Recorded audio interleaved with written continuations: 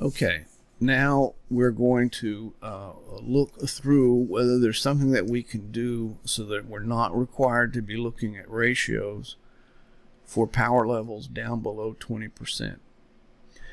And you can see that I've put in these little pink lines, pink distances, and that distance is this distance from there to there is 20% of the distance from here to there. So if the transmission channel from the piston creates a doorway like this, and you can see that these same pink lines are down here, but this doorway is this distance from here to here is less than the distance from here to here. So this doorway, even though it's a doorway, even though there may be power transmitted through here from piston transceiver 1, it's not going to be enough power to escape from the quantum mechanical problem. So we're not going to pay attention to power levels this low.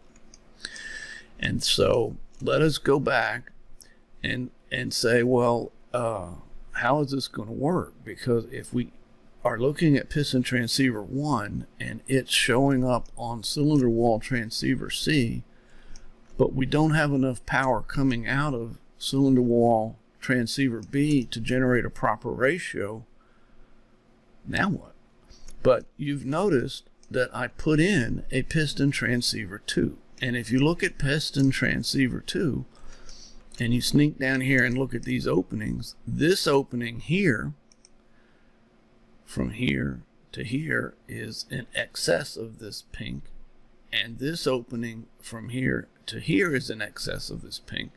So all the protocol of the central processing system has to do is say, do not use the results from piston transceiver 1, switch over to piston transceiver 2.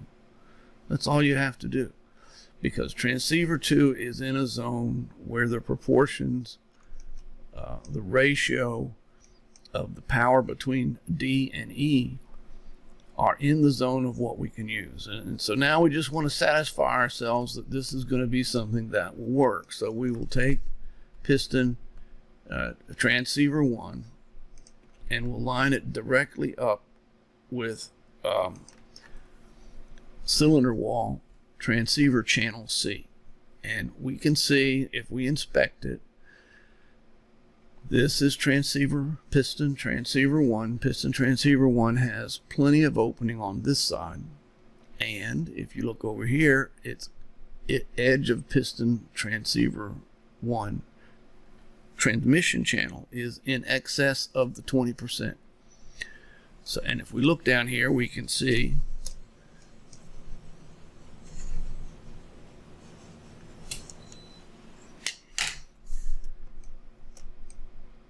that this doorway is open for piston transceiver 1, and this doorway is open to a level of opening that is more than the value of the pink zone. So we're okay. We can get a ratio here that works just fine. And now we can start to look at piston transceiver C as we move it along. We don't have a problem here because at this level of opening, the value of the opening from here to here is more than the distance from here to there. So it's opened by more than 20%. So we're okay. And if piston transceiver 1 piston channel goes to here, that's it. It can't close any more than that. But the interesting thing is, if piston transceiver 1 continues to travel, and to me this is easier to see up top, if piston transceiver 1 channel continues to travel, it's going to start to close off to a condition where this distance is inside of this blue 20% distance. So we're now going to have to say piston transceiver 1 values are not acceptable to us, but on the other hand, all we have to do is switch over to piston transceiver 2, and piston transceiver 2 channel is open enough that it's in excess of the 20% zone on this side, and it's also in excess of the 20% zone on this side. So when we were moving along using this edge, when we had piston transceiver 1 here, that was okay. We moved it to here, and that's all okay. Now as this starts to become too thin for piston transceiver 1, you can see that piston transceiver 2 is in a value that's okay. And as we keep moving over here, you'll notice that right here, piston transceiver 2 is starting to get into the zone where it's as close to this as it can get.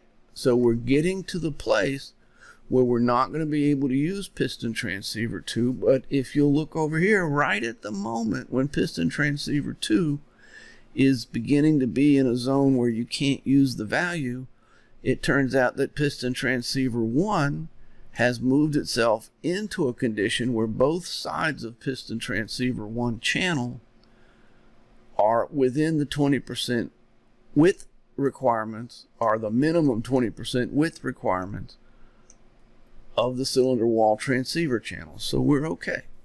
And the only thing that was required to do that, and you can see that I made them sort of fat.